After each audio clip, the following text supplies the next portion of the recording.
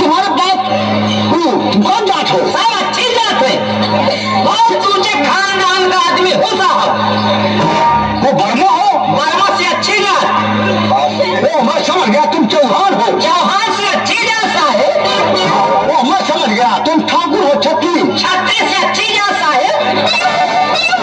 ओ बाबा जी साहब। ओ छत्री से अच्छी जात हो, मैं समझ गया, पंडित ब्राह्मण हो। साहब पंडित से अच्छी जात। ओ पंडित से भी अच्छी जात है। तो पंडित से अच्छी जात बाबा जी कौन पति है? क्योंकि जात जी ना तुम्हें बताओ कौन जात हो? साहब हम ही पासी। ओ तुम जात का पासी? ओ मैं समझ गया, जो शोर को चलाता है। तुम्हें चला क्यों नहीं बताता?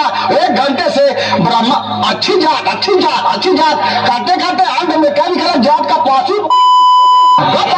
ठीक है, ठीक है।